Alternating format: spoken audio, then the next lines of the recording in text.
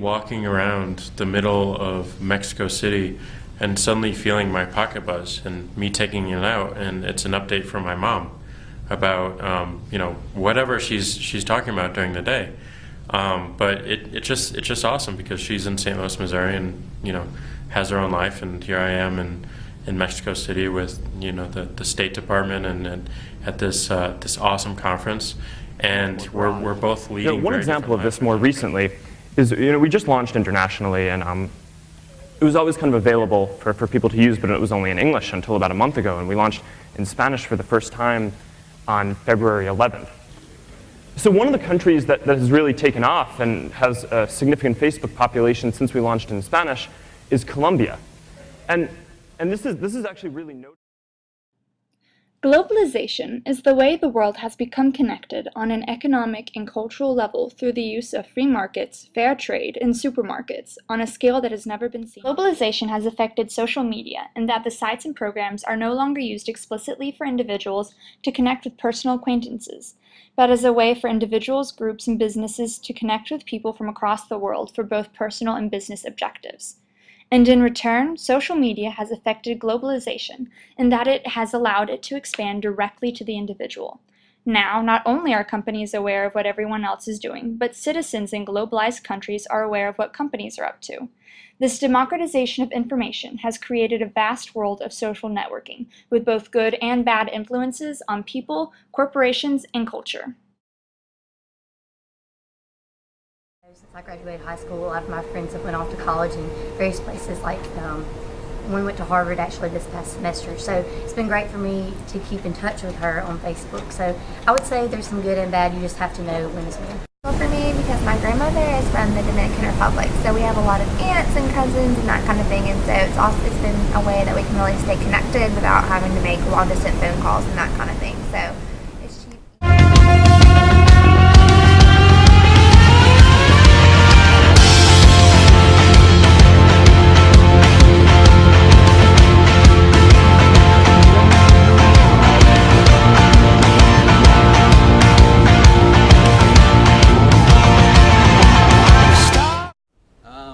I like Twitter better for keeping up with news and that kind of thing, but Facebook's better for pictures and keeping in touch with people.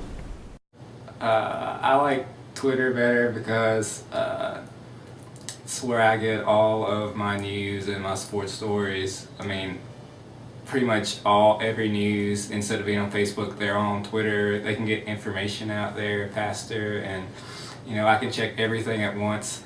So I don't have to go to a bunch of different websites trying to figure out what's all going on. I can just, go to Twitter and figure out everything all at once.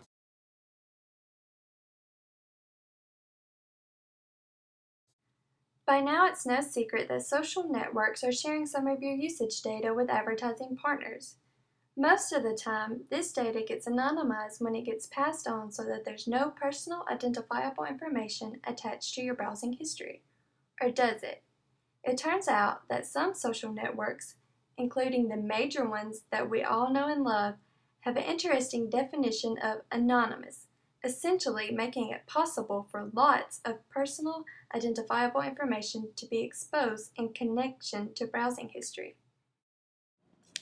Who is not on Facebook these days? Connecting with friends, family, and coworkers online can both be a blessing and a curse. Social networking allows us to communicate with friends and family from all over the world, people who we may not necessarily get a chance to talk to otherwise due to time and cost restraints. Facebook currently has 845 million active users, with over 425 million mobile users.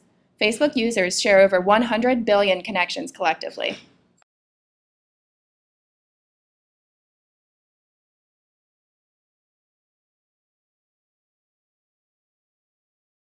On social media sites, I think your information is as safe as you make it.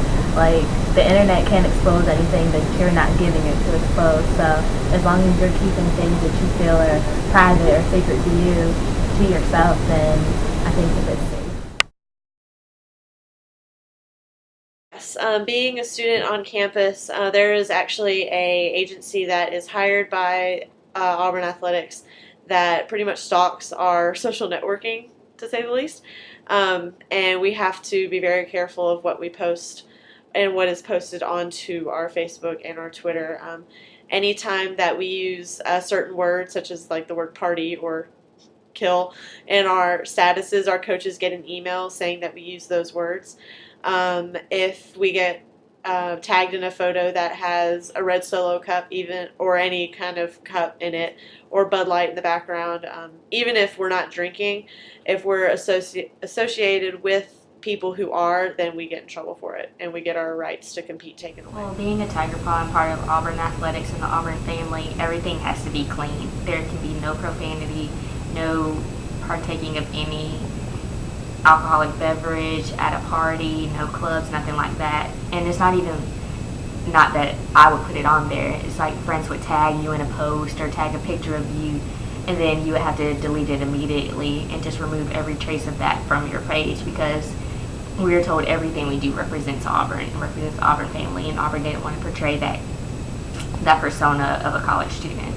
So if we got caught with something on that, we got one warning. And if we didn't remove it within like the next 24 hours, it was cause for termination.